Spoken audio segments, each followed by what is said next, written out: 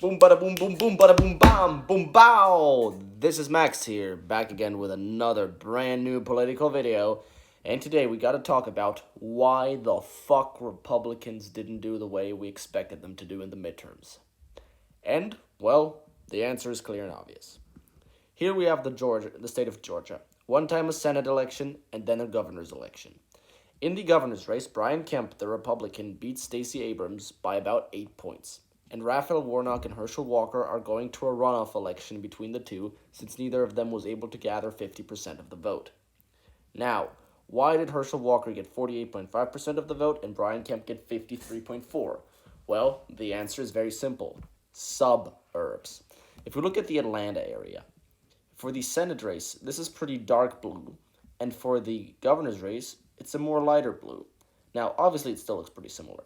But let me show you something. Let's go on this county right in the middle, Fulton County. Here, Brian Kemp gets 31% of the vote. Herschel Walker gets just 25%. And obviously, the Democrats will always win this county, but it does matter by how much. And if Democrats do not as well in the urban areas as they do in the rural areas, then they really need to run up the margins in these few urban counties. And if they don't, the rural part of the state will outvote the city. Well, Brian Kemp has been able to get these margins narrowed, which gave him a victory. Herschel Walker wasn't really able to do that. And the reason for that is Donald Trump. Herschel Walker was closely affiliated and endorsed by Donald Trump. Brian Kemp was one of Donald Trump's biggest opponents. Trump supported a primary challenger, and he refused Trump's call to certify to reject the election results in 2020. So Brian Kemp stood against Trump, Herschel Walker stood in line with Trump. Brian Kemp greatly outperformed Herschel Walker. And we can see that across the nation. Like for the Senate race, Republicans didn't really do all that well. In Arizona, we had a candidate, Blake Masters, who was extremely pro-Trump. He lost by 4%. On the flip side, in Wisconsin, we got a Senator, Ron Johnson, who's pretty far right, but who hasn't really just repeated every single talking point from Donald Trump and therefore performed much better.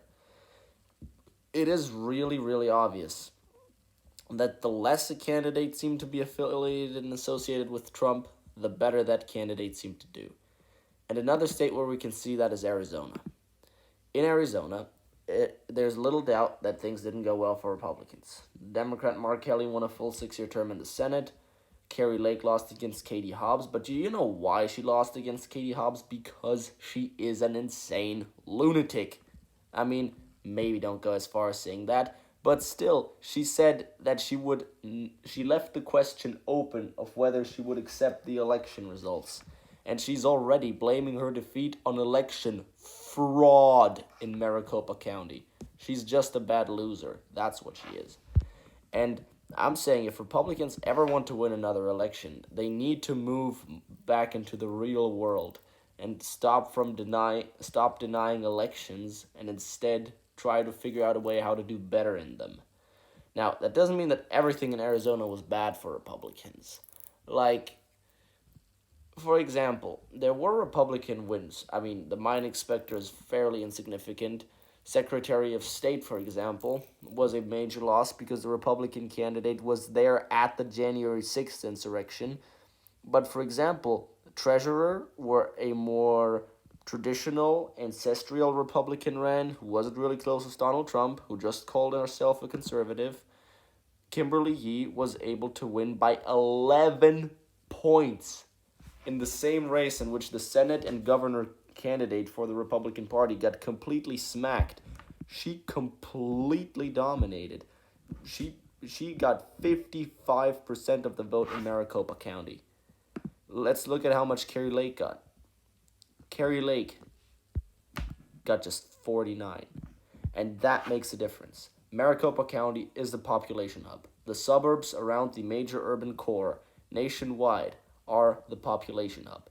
And suburban voters like candidates that may not always be the most moderate, but that are the most reasonable, that get their message across the best, and most importantly, that sound as if they know what they're talking about, that are nuanced, smart candidates. And if you just have some crazy guys out there like Doug Mastriano in Pennsylvania or Kerry Lake in Arizona yelling the craziest shit and expecting the sycophant crowds turn out to be enough, well, that's not going to work. You need to reach out not across the aisle, but into the center. And by winning and taking the middle ground on many issues, you can win a strong national majority for real governance.